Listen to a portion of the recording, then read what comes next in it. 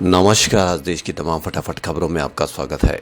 खबरों के लिए आप हमारे चैनल को सब्सक्राइब कर सकते हैं, वरना लड़ाई झगड़े की बहस तो आप किसी भी चैनल पर जाकर देखें। लेकिन एक बात ध्यान रखें कि उन लड़ाई झगड़े की बहस से आपको, आपके परिवार को क्या पेट्रोल सस्ता मिल सकता है, क्या बच्चों की फीस सस्ती हो सकती है। अगर फिर भी आपको इनसे कोई फ़र्क नहीं पड़ता तो आप कृपया करके उन चैनलों को देखते रहिए, वरना बढ़ते हैं खबरों की ओर। माइक्रो ब्लॉगिंग साइट ट्विटर ने बुधवार को कहा कि वह पिछले साल से अपने प्लेटफॉर्म के लिए एक एडिट फीचर विकसित करने पर काम कर रहा है। आने वाले महीनों में यूजर्स के बीच इसका परीक्षण शुरू किया जाएगा। कंपनी ने मंगलवार को एक ट्वीट में कहा कि अब जब हर कोई पूछ रहा है, हाँ, हम पिछले साल से एक एडिट फीचर पर काम कर रहे हैं। कंपनी ने कहा कि वह उन उपयोगकर्ताओं के साथ संपादन सुविधा का परीक्षण शुरू करेंगे जो कथित ट्विटर ब्लू ग्राहक है। कंपनी ने आगे कहा कि ट्विटर ब्लू सब्सक्राइबर आने वाले महीनों में एडिट फीचर का परीक्षण कर सकेंगे और कंपनी ये जानेगी कि ये फीचर क्या काम करता है, क्या काम नहीं करता है और क्या संभव हो सकता है।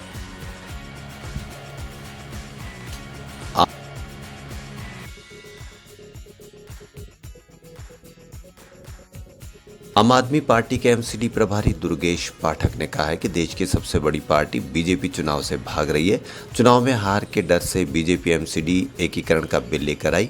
अगर ये नजीर स्थापित हो गई तो कोई भी शक्तिशाली पार्टी इस देश में चुनाव नहीं होने देगी। कल को अगर बीजेपी गुजरात और हिमाचल में हारती हुई दिखी तो चुनाव आयोग को चिट्ठी लिख देंगे और चुनाव रुकवा देंगे। अगर सरकार इस तरह से चुनाव को डिले करेगी तो देश में लोकतंत्र खत्म हो जाएगा। उन्होंने कहा कि अदालत के अंदर नगर निगम आज तक एक भी ऐसा कोई डॉक्यूमेंट पेश नहीं कर पाई जहां वह ये साबित कर पाए कि दिल्ली सरकार का इतना पैसा बकाया है। सबूत दिखाओ कि दिल्ली सरकार नगर निगम को पैसे नहीं दे रही। सच्चाई ये है कि दिल्ली सरकार ने नगर निगम को 8,000 करोड़ रुपए का लोन दिया हुआ है, जिस पर हमारी सरकार ब्याज भी नहीं लेती।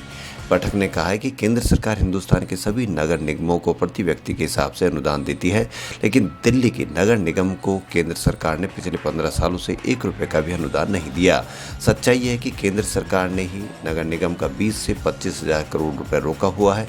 केंद्र सरकार अमृतसर, गुड़गांव, गाजियाबाद को पैसा देती है, लेकिन दिल्ली नगर निगम को पैसा नहीं देती है।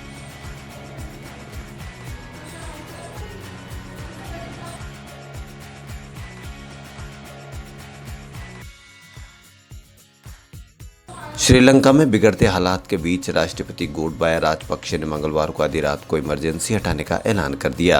उन्होंने 1 अप्रैल को ही देश में इमरजेंसी लगाने का फैसला किया था। इसके बाद से ही उन्हें भारी विरोध का सामना करना पड़ रहा था। मंगलवार शाम को भी हजारों विद्यार्थियों ने राजधानी कोलंबो में भारी बारिश के बीच प्रधानमंत्री महिंदा राजपक्षे के घर तक मार्च निकाला था। लगातार गहराते आर्थिक संकट के बीच देश भर में चीन के खिलाफ भी लोगों का गुस्सा बढ़ता जा रहा है। श्रीलंकाई मीडिया रिपोर्ट्स के अनुसार प्रदर्शनकारियों का कहना है कि सरकार के पास पैसा नहीं है, क्योंकि उसने चीन को सब कुछ बेच दिया। चीन दूसरे देशों को उधार देकर उनका सब कुछ खरीद ले रहा है।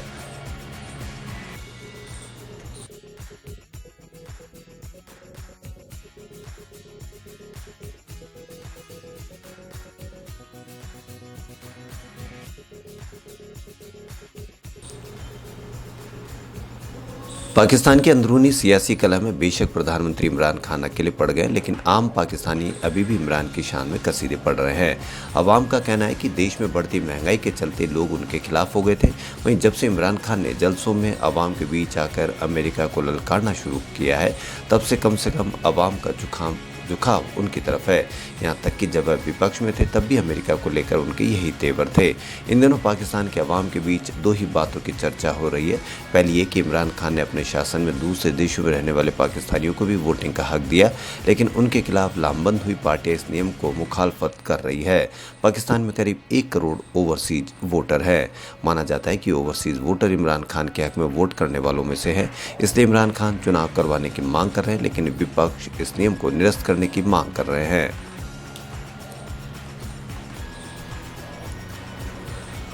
भारत की राजनीति में भारतीय जनता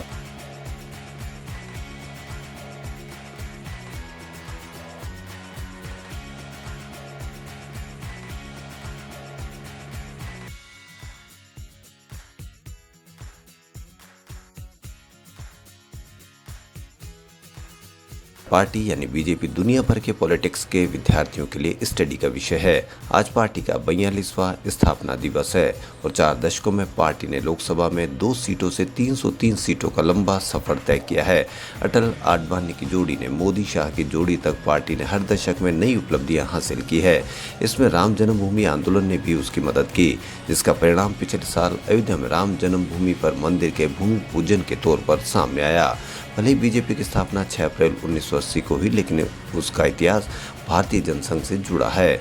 डॉक्टर श्यामा प्रसाद मुखर्जी ने पाकिस्तान और बांग्लादेश में हिंदू अल्पसंख्यकों पर कथित अत्याचार पर भारत के चुप रहने पर जवाहरलाल नेहरू मंत्रिमंडल से इस्तीफा दिया और 21 अक्टूबर 1951 को भारतीय जनसंघ की स्थापना की। डॉक्टर मुखर्जी के नेतृत्व में जनसंघ ने कश्मीर को विशेषाधिकार देने का विरोध किया। उन्हें जेल में डाल दिया गया, जहां उनकी संदिग्ध परिस्थितियों में मौत हो गई। 1967 में भारतीय जनसंघ एवं दीनदयाल उपाध्याय के नेतृत्व में कई राज्यों में कांग्रेस का एकाधिकार टूटा और कांग्रेस को राज्य में हार मिलनी शुरू हुई। 1977 में इंदिरा गांधी ने आपातकाल खत्म कर चुनाव कराने का फैसला किया तो जयप्रकाश नारायण के आह्वान पर सभी कांग्रेस विरोधी दल एकजुट हुए और जनता पार्टी बनाई गई। भारतीय जनसंघ का जनता पार्टी में विलय 1 मई 1977 को हुआ। जनता पार्टी का प्रयोग ज़्यादा दिन नहीं चला, आपसी प्रतिस्पर्धा भी बढ़ गई।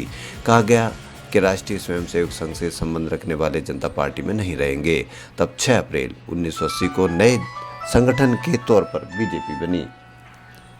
अटल बिहारी वाजपेयी पहले अध्यक्ष बने। 1984 के लोकसभा चुनाव में इंदिरा गांधी की हत्या की वजह से कांग्रेस के पक्ष में सहानुभूति लहर थी और भाजपा सिर्फ 2 सीटों पर जीत हासिल कर सकी।